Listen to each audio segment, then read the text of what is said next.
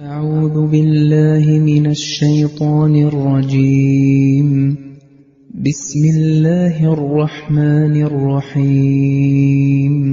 والسماء وما بناها والأرض وما طحاها. സൂറത്തു ഷംസ് ആയത്ത് നമ്പർ 6.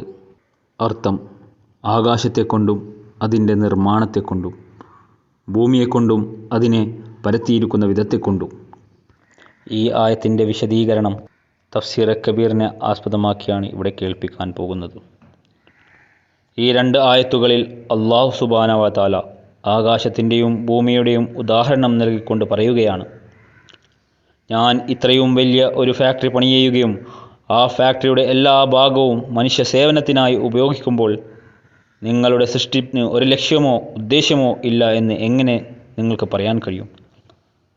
അല്ലാഹു തആല നിങ്ങളെ ഈ ലോകത്ത് ഒരു കാരണവുമില്ലാതെ സൃഷ്ടിച്ചു എന്ന് എങ്ങനെ ചിന്തിക്കാൻ കഴിയും? ഒരു വശത്ത് ആകാശത്തെ വളരെ ശക്തവും ഉയർന്നതുമാക്കി മാറ്റുകയും മറുവശത്ത് ഭൂമിയെ വാസയോഗ്യമാക്കുകയും പ്രകൃതി നിയമത്തെ വളരെ വിശാലമുള്ളതായി രൂപം കൊടുക്കുകയും ചെയ്തതിനാൽ സർവശക്തനായ അല്ലാഹുവിൻ്റെ ഈ പ്രവൃത്തി വെറുതെ അല്ല എന്ന് മനസ്സിലാക്കാൻ കഴിയുന്നു.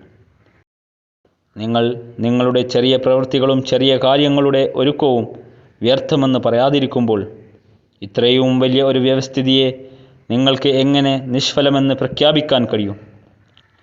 ആയതിനാൽ സർവശക്തനായ അല്ലാഹുവിന് ഇതിന് വലിയ ലക്ഷ്യവും വളരെ ഭാരിച്ച ഉദ്ദേശ്യവും ഉണ്ടെന്ന് നിങ്ങൾക്ക് വിശ്വസിക്കേണ്ടി വരും. അതിൻ്റെ ഉദ്ദേശ്യം ഒരു ദിവസം വെളിപ്പെടുമെന്നും ആകാശത്തിൻ്റെയും ഭൂമിയുടെയും ഈ വ്യവസ്ഥിതി സ്ഥാപിച്ചതിൻ്റെ ഉദ്ദേശം പൂർത്തീകരിക്കപ്പെടുമെന്നും ഉറപ്പാണ്.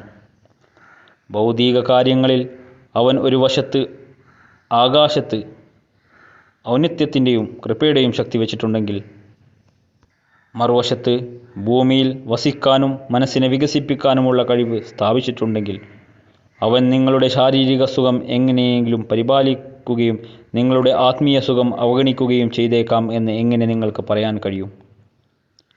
നിങ്ങളുടെ ഏതാനും ദിവസത്തെ ആനുകൂല്യങ്ങൾക്കായി അവൻ ഇത്രയും വലിയ വ്യവസ്ഥിതി സ്ഥാപിക്കുകയും നിങ്ങളുടെ ശാശ്വതമായ നേട്ടങ്ങൾക്കായി എങ്ങനെ ഒരു സംവിധാനവും സ്ഥാപിക്കാതിരിക്കുകയും ചെയ്യും?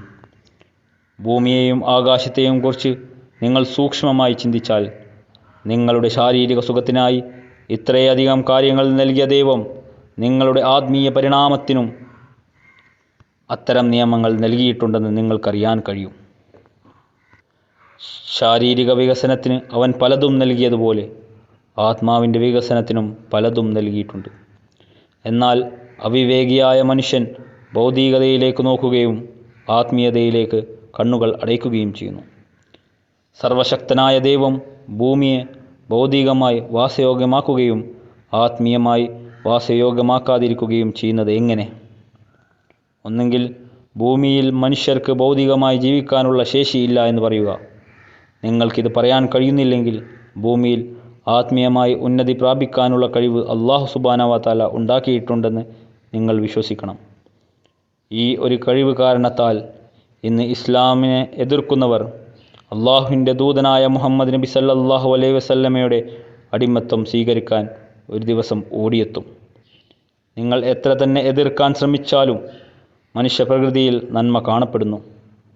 ഈ ഒരു നന്മ തന്നെയാണ് ഒരു ദിവസം ആളുകളെ അല്ലാഹുവിൻ്റെ ദൂതനായ മുഹമ്മദ് നബി സല്ലല്ലാഹു അലൈഹി വസല്ലമയിൽ വിശ്വസിക്കാൻ നിർബന്ധിതമാക്കുന്നത്.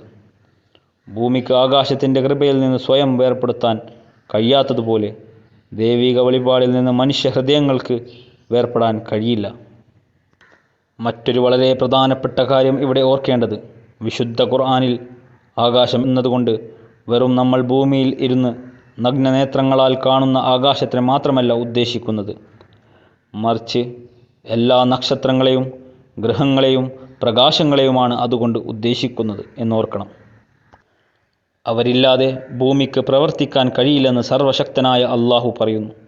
അതുപോലെ അല്ലാഹുവിൻ്റെ ദൂതനായ മുഹമ്മദ് നബി സല്ലല്ലാഹു അലൈഹി വസല്ലമയെ കൂടാതെ നിങ്ങൾക്ക് ഒരു പുണ്യവും കാണിക്കാൻ കഴിയില്ല. ഭൂമിക്ക് ഒരിക്കലും ആകാശത്തിൻ്റെ ഔദാര്യം നിരസിക്കാൻ കഴിയില്ല. അതുപോലെ അല്ലാഹുവിൻ്റെ ദൂതനായ മുഹമ്മദ് നബി സല്ലല്ലാഹു അലൈഹി വസല്ലമിൻ്റെ സത്യസാക്ഷ്യത്തെ എന്നേക്കുമായി നിങ്ങൾക്ക് നിഷേധിക്കാനാവില്ല. സൂര്യനിൽ നിന്നുള്ള പ്രകാശം തനിക്ക് വേണ്ട എന്ന് ഭൂമി പറയുകയാണെങ്കിലും തന്നെ സൂര്യനിൽ നിന്നുള്ള പ്രകാശം ലഭിക്കാൻ അവൻ നിർബന്ധിതനാകുന്നു. അതുപോലെ തന്നെ മുഹമ്മദ് നബി സല്ലല്ലാഹു അലൈഹി വസല്ലം അവതരിച്ചു കഴിഞ്ഞതിനാൽ ലോകത്തിന് അദ്ദേഹത്തെ നിഷേധിക്കാൻ ഇനി അധിക നാൾ കഴിയില്ല. അവർ തീർച്ചയായും അവനിൽ വിശ്വസിക്കും. വാഖിർ ദഅവാനാ അൽഹംദുലില്ലാഹി റബ്ബിൽ ആലമീൻ.